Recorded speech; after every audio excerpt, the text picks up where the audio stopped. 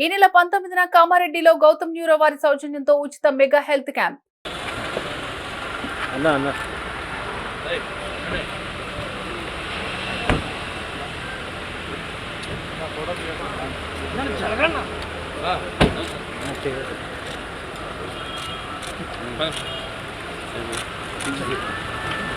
ఇప్పుడే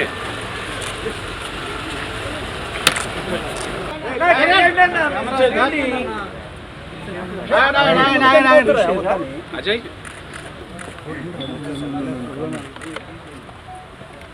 అందరు ముందు ఫ్యామిలీ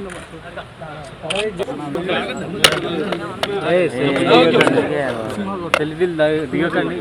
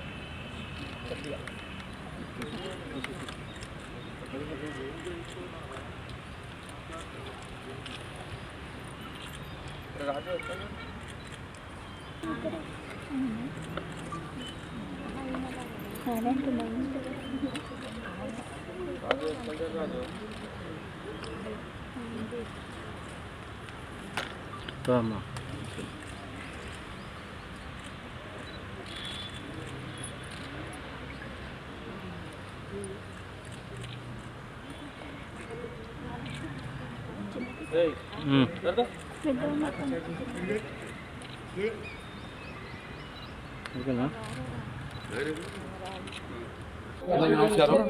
ఇప్పుడు విశ్వవిద్యాలయ సార్వభౌమ నటరత్న డాక్టర్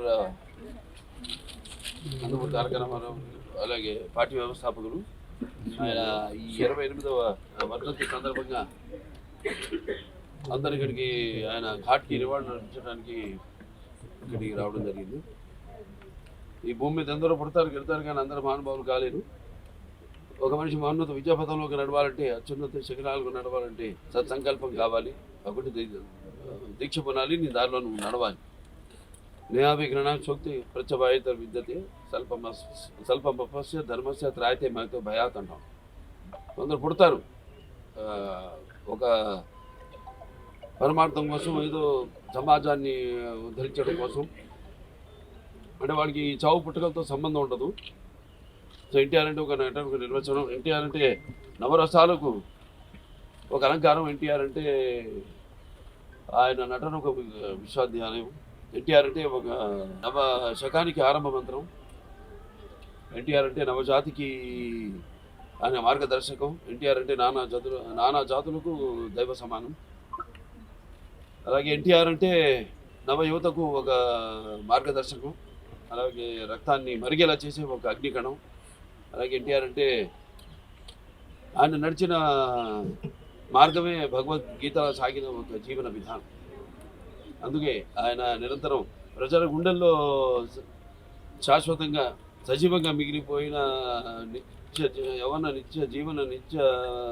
నిత్యాభిమాన భూషణుడయ్యాడు.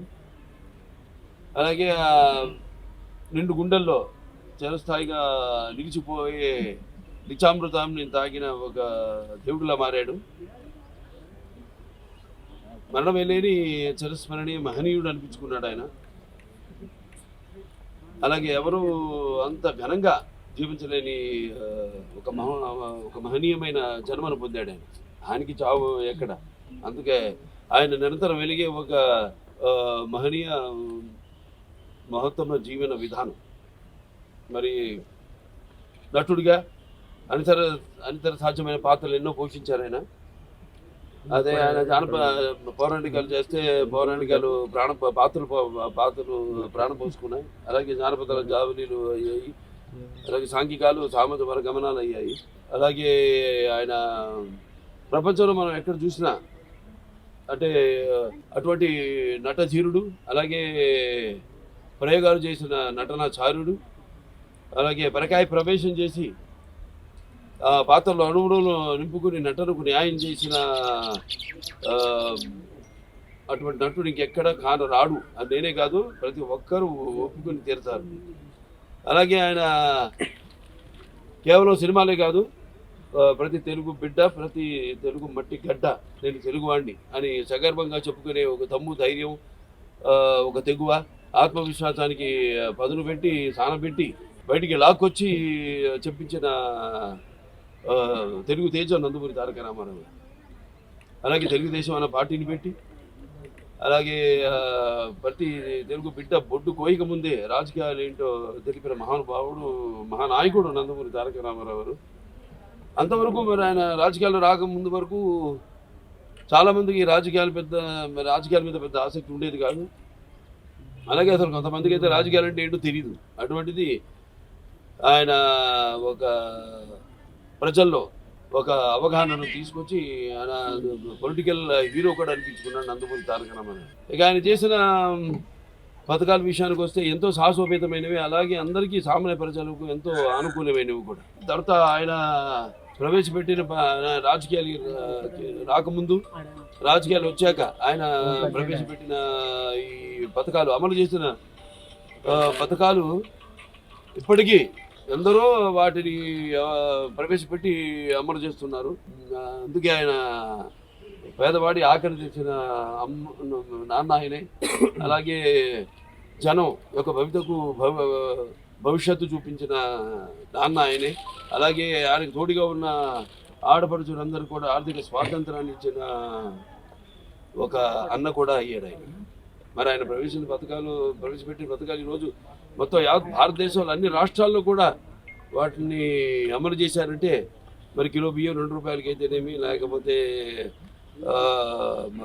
మహిళలకు ఆస్తిలో సమాన హక్కు అయితేనేమి, అలాగే రైతులకు 50 రూపాయలకి హార్స్ పవర్ యూనిట్ పవర్ ఇవ్వటం అయితేనేమి, భూమి శిస్తు రద్దు చేయడం అయితేనేమి, అలాగే ఈ యొక్క చేనేత కార్మికులు ఈ యొక్క చేయూతనడం ఏంటి, చేనేత వస్త్రాలు వాటి ద్వారా, అలాగే పక్కా ఇళ్ళ నిర్మాణం అయితేనేమి, కాంక్రీట్ స్లాబులతో ఇళ్ళ నిర్మాణం అయితేనేమి, అలాగే విప్లవాత్మక సామాజిక మార్పులు ఎన్నో తీసుకొచ్చారు.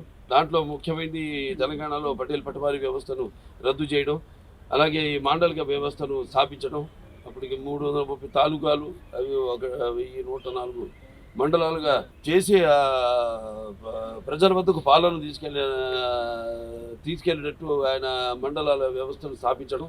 అలాగే ఈ సహకార వ్యవస్థ ద్వారా సింగిల్ విండో సిస్టమ్, రైతులందరూ కూడా కావాల్సినవన్నీ కూడా ఒకే చోట లభించేటట్టు. అలాగే తెలుగు గ్రామీణ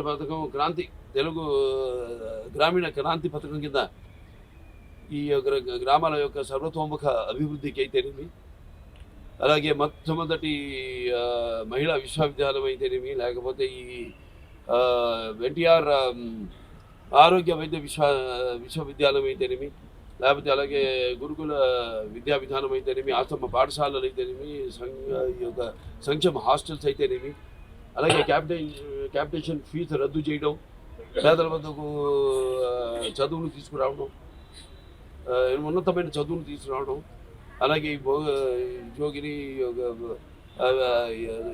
వ్యవస్థల దేవదాసి వ్యవస్థలు రద్దు చేయడం అయితేనేమి, అలాగే హైదరాబాద్కి నాగార్జున సాగర్ ద్వారా నీళ్లు ఇవ్వడం అయితేనేమి, అలాగే నిజాం సాగర్ వాటి అభివృద్ధి, అలాగే తెలుగు గంగా హంద్రి నివాస సబంతి అయితేనేమి, గాలిను నగరి అయితేనేమి, దాని తర్వాత దీని ద్వారా ఆయన ఫ్రంట్ చైర్మన్గా ఉన్నప్పుడు సుమారుగా ఒక ఎన్నో వేల లక్షల మంది రైతులకు దేశవ్యాప్తంగా 11,000 లక్షల మందికి ఆయన ఆనాడు ఈ భూమి శిస్తు రద్దు చేయడం జరిగింది. మాండలిక వ్యవస్థ ఈ యొక్క ద్వారా ఆయన మాండలిక సిఫార్సుల్ని అమలు జరిపించడం జరిగింది.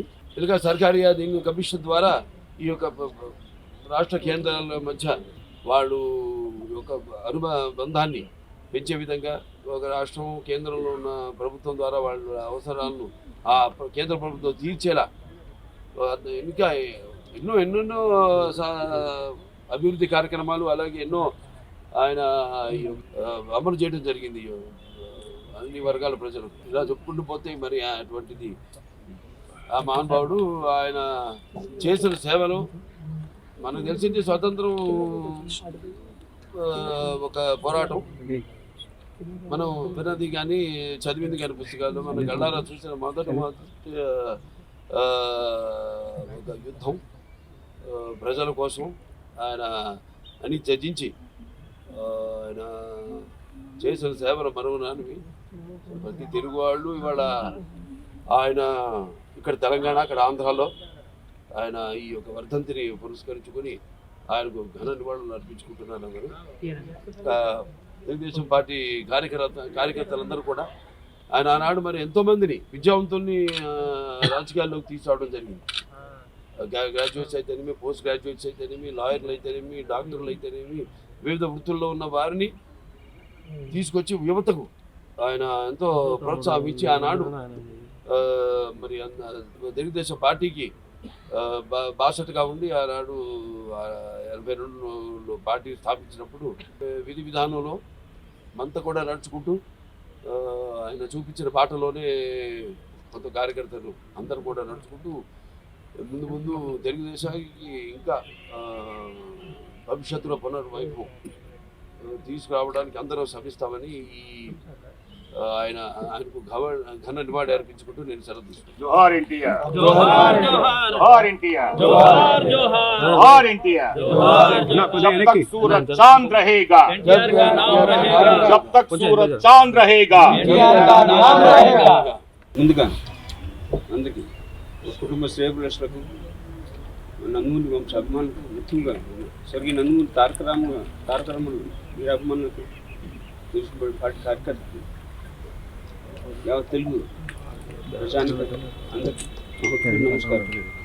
తెలుగు జాతి మనది, ఎందుకు వెలుగు జాతి మనది. ప్రాంతాలు వేరైన మనందరం ఒకటేనన్న మన విశ్వవిఖ్యాత నటసార్వభౌముడు పద్మశ్రీ నటరత్న కళాప్రపుణ స్వర్గీయ నందమూరి తారక రామారావు గారు 28వ వర్ధంతి నాడు వారి సందర్భంగా మేంద్ర కుటుంబ సభ్యులందరూ మొత్తం సేవలు సమేతంగా అందరికీ నివాళులు అర్పించడానికి వచ్చాము. మరి ఆశీస్సు తీసుకుంది. మరి వారి గురించి నాన్న చెప్పారు, ఎంత చెప్పినా వారి తక్కువ సమయం సేవ యుగం చాలు, జన్మ సరిపోదు. ఆయన ఒక కథానాయకుడుగా ఎన్నో చరిత్రాత్మక చిత్రాలు తీశాడు. ఆయన ఎవరు చేయనని పాత్రలు 42 నిజమైన పాత్ర పోషించాడు. ఆయన 2 క్యారెక్టర్స్ పోషించాడు. ఆయన నాయకుడిని పాత్ర పోషించిన ఆయన అగ్రస్థానం ఉండగా ఎంత తెలిసిన విషయం 1982లో నా అగ్రస్థానం ఉండగా ఒక నటుడుగా మళ్ళీ జనగతి చేయాలని, సేవలు అందించాలని నిర్ణయం తీసుకుని బడుగు బలహీన వర్గాలు కానివ్వండి, పేద ప్రజలు కానివ్వండి, ముఖ్యం మన తెలుగు జాతి ఆత్మగౌరవాన్ని కాపాడి మళ్ళీ మన తెలుగుడికి గుర్తులు తీసుకురావని ఆయన ఒక తెలుగుదేశం పార్టీ పెట్టాడు. ఆయన పెట్టి మేము తెలిసిన విషయం. ఆయన ఎన్నో సేవలు అందించాడు. ఆయన ప్రజలకు ఎన్నో సంక్షేమ పథకాలు, ఆయన సంక్షేమ పథకాలకి మన కారకుడు కథానాయకుడు మన అన్న స్వర్గీయ నందమూరి తారక రామారావు. ఈనాటి కూడా వారు పెట్టిన సంక్షేమ పథకాలు దేశమంతటా వేరు పేరిట అమలవుతున్నాయి. మహానుభావుడైన అన్నదానం కన్నా మించిన దానం లేదని నమ్మి తిరుపతి దేవస్థానం పై కొండపైన 1985లో ఉచిత అన్నదానం కార్యక్రమం పెట్టింది మన అన్న స్వర్గీయ నందమూరి తారక రామారావు. ఇవాళ కూడా కోట్లాది ప్రజలు అన్నదానం స్వీకరించి ఆస్వాదించి వాళ్ళ ఆశీస్సు పొందుతున్నాం మనందరం. మరి తెలుగు జాతి ఆత్మగౌరవం కాపాడిన గొప్ప మహానాయకుడు ఆయన. ఎన్ని యుగాలు గడిచిన, ఎన్ని తరాలు మారిన నిలిచిపోతున్న ఘన చరిత్ర. యుగాలుగా మరి వారి బిడ్డగా నేను జన్మించాను. చాలా దృష్టిని భావిస్తూ నేను సెలవు తీసుకున్నాను.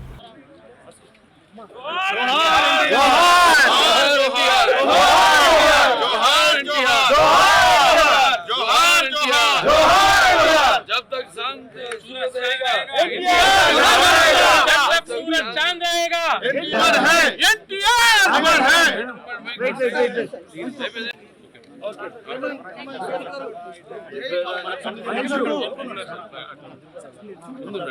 చూసుకోండి.